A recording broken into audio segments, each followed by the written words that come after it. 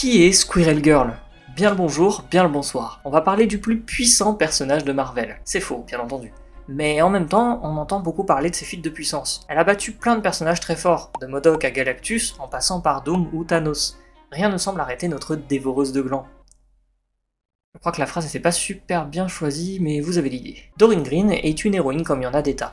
Une sorte de mutante qui possède des capacités d'écureuil. Une queue poilue, des dents tranchantes, même des griffes avec lesquelles elle se bat.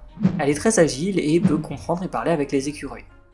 Vu comme ça, c'est une liste de pouvoirs pas très exhaustive et franchement pas impressionnante. Ce qui ne l'empêche pas de vous tuer avec des glands sur Marvel Rivals en quelques coups. Oui. Le trauma. D'ailleurs, Doreen est toujours accompagnée par une petite écureuillette appelée Tipito, qui est sa BSFF, sa Best Squirrel Friend Forever. Notez l'accent français. Sachez que ça n'a pas toujours été le cas, car avant c'était un petit mâle du nom de Monkey Joe qui était son meilleur ami. Il faisait des petites apparitions en fin de page pour s'exprimer au lecteur et apporter un effet comique avec des blagues parfois un peu adultes. C'était dans la période de GLA, Great Lake Avengers. Une énième team de super-héros dont la seule figure réellement importante qui sortait du lot c'était Doreen.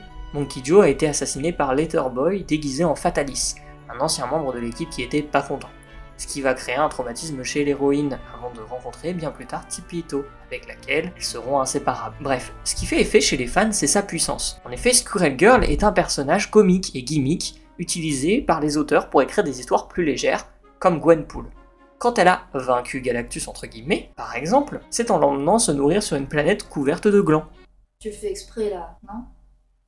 Ouais, j'avoue. Bref, ça l'a fatigué, il s'est endormi, et après, il l'a même invité à être son héros. Je sais pas comment on le dit au féminin. J'aurais dû faire des recherches avant d'écrire. En revanche, lorsqu'elle apparaît aux côtés d'autres héros dans les events, elle est pratiquement pas utilisée et se noie dans la masse. Il n'y a que dans ses comics qu'elle est réellement impactante.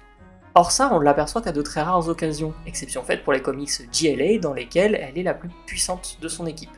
Elle n'apparaît pas dans Secret Wars, King in Black ou le récent Blood Hunt, event qui a inspiré la saison 2 de Marvel Rivals dans laquelle elle a une certaine importance. Elle est hors des grands bouleversements de l'univers, ce qui est logique. Si elle est toute puissante, l'intégrer n'aurait aucun intérêt. Enfin bref, est-ce que vous jouez Squirrel Girl? Moi non, je suis pas un énorme fan du personnage, bien que ses apparitions soient assez rigolotes et loufoques. J'avoue, j'ai souri durant certains comics que j'ai lus pour cette vidéo. Du coup on se retrouve prochainement pour une nouvelle vidéo. Que la sacro-sainte impératrice vous protège.